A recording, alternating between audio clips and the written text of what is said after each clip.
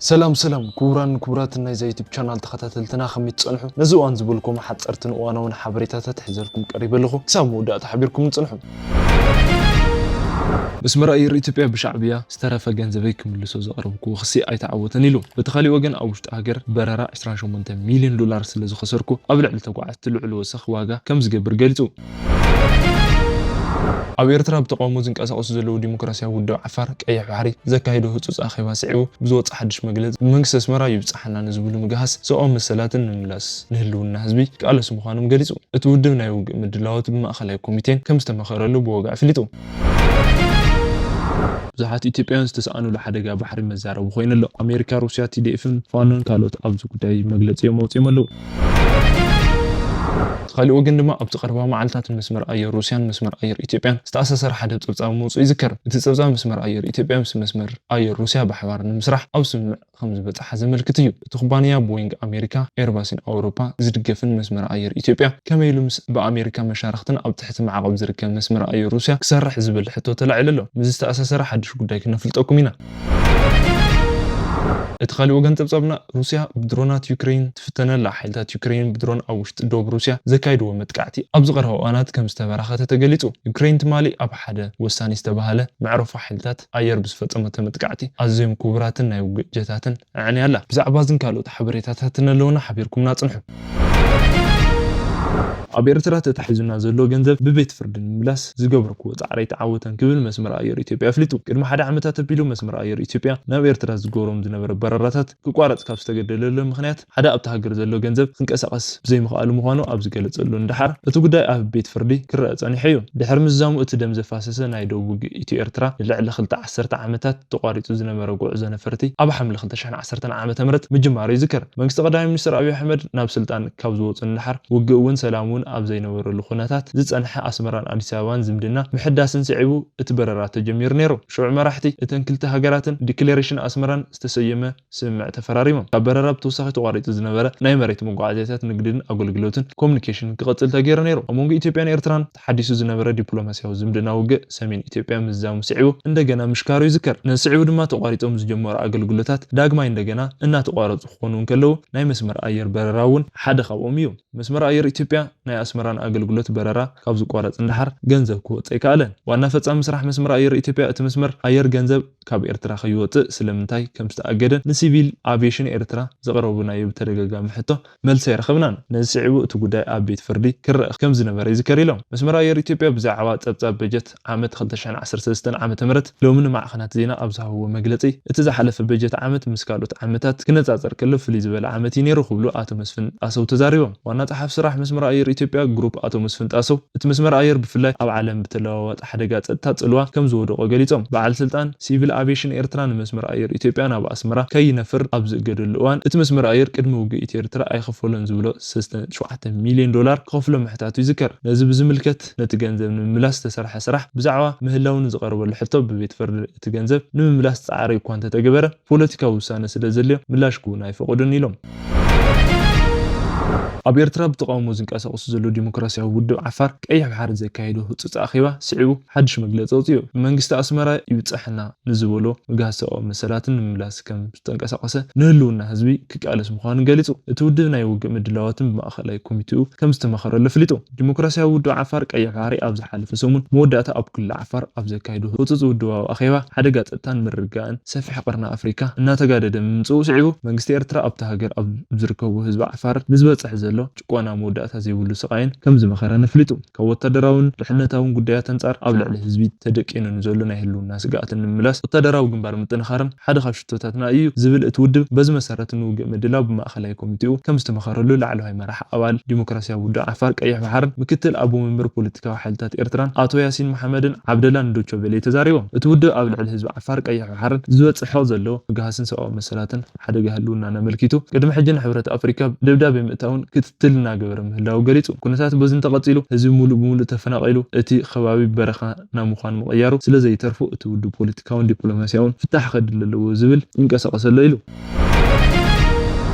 ኣብ ዝቐረባ መዓልትታት መስመር ኣየር ሩስያን መስመር ኣየር ኢትዮጵያን ዝተኣሳሰረ ሓደ ጸብጻብ መውጽኡ ይዝከር። እቲ ጸብጻብ መስመር ኣየር ኢትዮጵያን መስመር ኣየር ሩስያን ብሓባር ንምስራሕ ኣብ ስምምዕ ከም ዝበጽሓ ዘመልክት እዩ። እቲ ብኩባንያ ቦይንግ ኣሜሪካ ኤርባስ ኤሮፕላን ዝድገፍ መስመር ኣየር ኢትዮጵያ ከመይ ኢሉ ምስቲ ብኣሜሪካ መሻርክትን ኣብ ትሕቲ ማዕቀብ ዝርከብ መስመር ኣየር ሩስያ ክሰርሕ ተገይሩ ዝብል ሕቶ ተላዒሉ ኣሎ። ምስ ውግእ ዩክሬን ሩስያን ብዝተኣሳሰረ ኣሜሪካ ኣብ ልዕሊ ሩስያ ብዙሓት ማዕቀባት ምጽዓና ይዝከር። ካብዞም ማዕቀባት እዚኣቶም እቲ ሓደ ንኽፍሊት ኣቪዬሽን ዝምልከት እዩ። ኣውሮፓን ሕብረት ኣሜሪካን ሩስያን ኣብ ዩክሬን ወራር ፈጺማ ብምባል መስመር ኣየር ክፍልታት ኣቪዬሽን ሓዊሱ ኣብ ሩስያ ኣብ ዝርከቡ ብዙሓት ኢንዳስትሪታት ዝዓለመ ማዕቀብ ኣንቢረን እየን። እዞም ማዕቀባት እዚኣቶም ነፈርትን ክፋላት ነፈርትን ሩስያ ከይሽየጣን ኣብ ውሽጢ ሩስያ ኣብ ጥቕሚ ከይውዕላን ዝኽልክልሉ እዮም። በዚ ምኽንያት እዚ ምዕራባውያን ኣከራይቲ ነፈርቲ ምስ መስመር ኣየር ሩስያ ዝነበሮም ናይ ነፈርቲ ሊዝ ወይ ድማ ክራይ መሸጣን ውዕልን መለዋወጢ ኣቑሑትን ከቋርፁ ተገዲዶም እዮም። ኣብዚ መንጎ እዚ ታቪዬሽን ዝተባሃለ ማዕኸን ዜና ኣብ ቀረባ መዓልትታት ምስ መስመር ኣየር ኢትዮጵያ ዝተኣሳሰረ ሓደ ሓበሬታ ዘርጊሑ። እቲ ሓበሬታ ኣብ ክፍሊ ኣቪዬሽን ዘሎ ናይ ሩስያ ልኡኻን ጉጅለታት ናብ ኢትዮጵያ ብምራሕ ምስ ኣባላት ሲቪል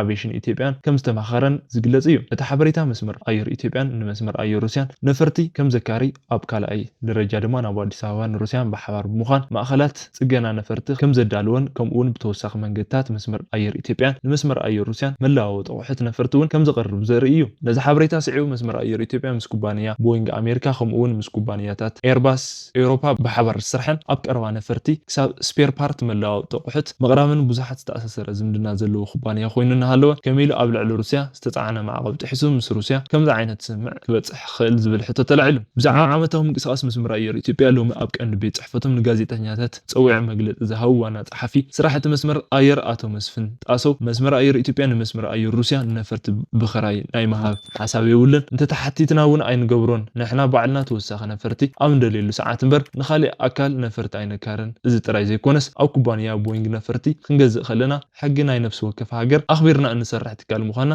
ክፈልጥ ኣለዎ። ኣሜሪካ ኣብ ልዕሊ ሩስያ ማዕቀብ ከም ዝዓነት ንፈልጥ ኢና። ንሕና ድማ ምስ ኣሜሪካ ብዙሕ ዝተኣሳሰረ ሓበራዊ ስራሕ ዘለና ትካል ኢና። በዚ መሰረት ግድን ሕጊ ኣሜሪካ ክነኽብር ኣለና። ስለዚ እቲ ዝተዘርግሐ ሓበሬታ ፈጺሙ ሓሰት ኢሎም እቶም ዋና ጸሓፊ ስራሕ ወሲኾም ኣብ ዙርያ መደብ እውን ሓሳብ እውን የብልናን ነዚ ከረጋግጸልኩም ይፈቱ ኢሎም። ካብዚ ወጻኢ ብኣንጻር ለውጢ ሸርፊ ዶላር ናይ ውሽጢ ሃገር በረራ ነቲ መስመር ኣየር ኣይዋጾን ከም ዘሎን እቲ ትካል ናብ ኪሳራ ከም ዝበጽሐን እቶም ዋና ጸሓፊ ስራሕ ተዛሪቦም። በዚ መሰረት ኣቶ መስፍን እቲ መስመር ኣየር በዚ ዓመት ኣብ ውሽጢ ሃገር በረራ 28 ሚልዮን ዶላር ከም ዝኸሰረ ተዛሪቦም። እቲ መስመር ኣየር ኣብ ውሽጢ ሃገር ዘለዎ ዋጋ ንምርጋእ መለዋወጢ ኣቑሑት ብኽቡር ሸርፊ እናገዛእኹ ጸቕጢ ተጻዊረ ጸኒሐ እየ። እዚ ኩሉ እናሃለወ እቲ መስመር ኣየር ብሓፈሻ 3.6 ቢልዮን ዶላር ኣታዊ ረኺቡ ኢሎም። ዋጋ ሸርፊ ዶላር ልዕሊ ዕጽፊ እኳ እንተወሰኸ ናይ ውሽጢ ሃገር ኣገልግሎት በረራ ንምሃብ ካብ ንእሽተይ ወሰኻት ብዘይካ ተጋነን ወሰኽ ዋጋ ኣይተገበረን ክብሉ ዋና ጸሓፊ መስመር ኣየር ኢትዮጵያ ኣቶ መስፍን ጣለውን ኣብ ናይ ሎሚ መግለጺኦም ኣመልኪቶም። ሓይልታት ዩክሬን ኣብ ውሽጢ ደቡብ ሩስያ ዘካይድዎ ዘለዉ መጥቃዕትታት ኣብ ዝቐረባ እዋናት ተበራኺቱ ኣሎ። ብዘይተለመደ ወታደራዊ ስልትታት ንእሽተይ ድሮናትን ብምጥቃም ዩክሬን ደቡብ ሰጌራ እተብጽሖ መጥቃዕቲ ብተደጋጋሚ ንሓይሊ ኣየር ሩስያ ዋጋ ይኸፍል ኣሎ። ኣብ ዝሓለፈ ኣዋርሕ ትካል ስለያ ዩክሬን ናብ ሩስያ ብሕቡእ ክፋላት ድሮናትን ፈንጂታትን ብምስጋር ኣብ ውሽጢ ደቡብ ሩስያ ርእሰ ቅትለታዊ ድሮናት ብምግጣሙ ዘብጽሕዎ ሰፊሕ መጥቃዕቲ ልዕሊ ጉድኣት ካብ ምውራድ ሓሊፉ ንቤት ጽሕፈት ድሕነት ሞስኮን ርእሰ ድኒኑ ዩክሬን ብንእሽተይ ድሮናት መጥቃዕትታት ኣብ መሬት ሩስያ ብምፍጻም ቀጺላቶላ ትማሊ እውን ኣብ ዘብጽሕቶ መጥቃዕቲ ወሳኒ ናይ ሩስያ መዕረፎ ሓይሊ ኣየር ሰፈርን ዝሃረመት ክትኸውን ከላ በዚ ድማ ናይ ሩስያ ናይ ውግእ ጀታት ክትዕኑ ክኢላ ኣላ። ናይ ትማሊ መጥቃዕቲ ድሮናት ዕላማ ዝገበረ ሳኪ ዝተሰየመ ኣብ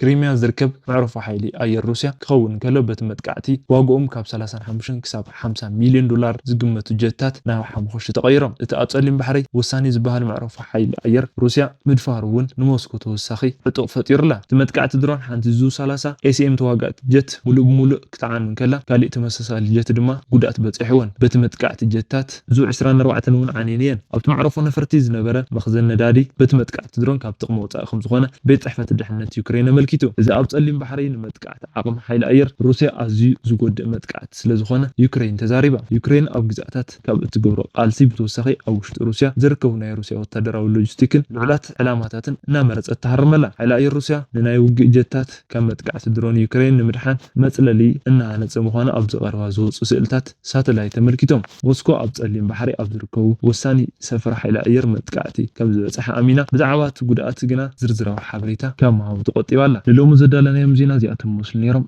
ሰላም።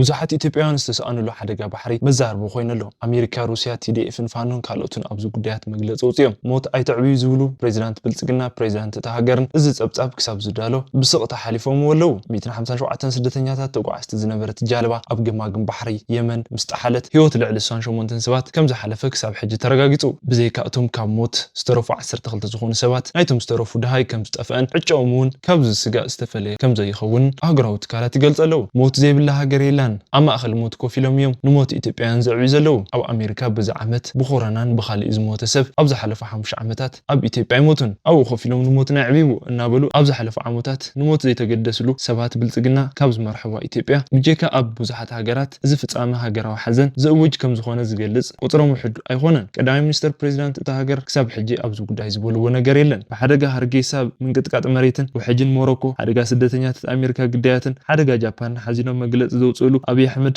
ጉዳይ 150 ኢትዮጵያውያን ግና ግድ ዝገብሮም ይመስሉን ፕሬዚዳንት ሳህለወርቅ ዘውዴ ከምኡውን ኣብዚ ጉዳይ ዝተፈላለዩ ሃገራትን አካላትን ዘውጽኡ መግለጽ ግን ቀጻለ እዩ ኣሜሪካ ሩስያ ኣብ አዲስ አበባ ብዝርከብ ኤምባሲታት ገይረን መግለጽ ካብ ዘውጽኡ ይርከባ ኣብዚ ቀረባ ግማግም ባሕሪ የመን ኣብ ልዕሊ ኢትዮጵያውያን ብዝበጽሐ ኣሰቃላይ ሓደጋ ንህዝቢ ኢትዮጵያ ዝተሰምዐና ዓሚቕ ሓዘን ንገልጽ ኢለን ግዜያዊ ምሕዳር ትግራይ TDFን ብወገኖም ከምኡ ገይሮም ኣለው ሰራዊት ትግራይ በዚ ሓደጋ ዝተሰምዐና ሓዘን ንገልጽ ክብል እንከሎ ዘይሕጋዊ ጉዕዞታት ደው ክብል ዕድል ስራሕ ንምፍጣር ግንዛቤ ምዕባይን ክስርሐሉ ይግባ ኢሉ ሓይልታት ፋኖም ብተመሳሳሊ መግለፂ ወፅዮም ስርዓት አብይ አሕመድ ዝኽተሉ ዘሎ ናይ ሽበራ መንገድታት መንእሰያትን ኢትዮጵያ ናይ ምንባርን ምምሃርን ምስራሕን ተስፎም ጸልሚት ኣሎ ዝብሉ መግለጽታት ካድረታትን መኮንናትን እቲ ስርዓት ካብ ህዝቢ ብዝረፍዎ ገንዘብ ናይ ደስታ ህይወት ኣብ ዝነብሩሉ ንብረት እናወረሩ ዜጋታት ካብ ከተማ ብጥሜት ኣብ ዝሞትሉ ኩነታት ዘይተለመደ ዘይኮነስ መለለይቲ ሃገር ኮይነሎ ኢንዱስትሪታት ተዓጽዮም ውግእ ኣብ ዝኽፈተላ ሃገር ዜጋታት ንኸምዚ ዓይነት ሽግር ይሳጥሕሉ ስለዚ መንእሰያት እቲ ሃገር ካብ ስደት ንላዕሊ ቃልሲ ጸረስ ስርዓት አብይ አሕመድ ተጸምቢሮም ዝተመንዘዐት ሃገሮም በቃልሲ ክምልሱ ምርጫኦም ክገብሩ ጻውዒት ነቅርብ ዝብል መግለጽ እዮም ሓይልታት ፋኖ ዘርጊሖም ሚኒስትር ጉዳያት ወጻኢ ትማሊ መግለጽ ሓዘን መውጽኡን ይፍለጥ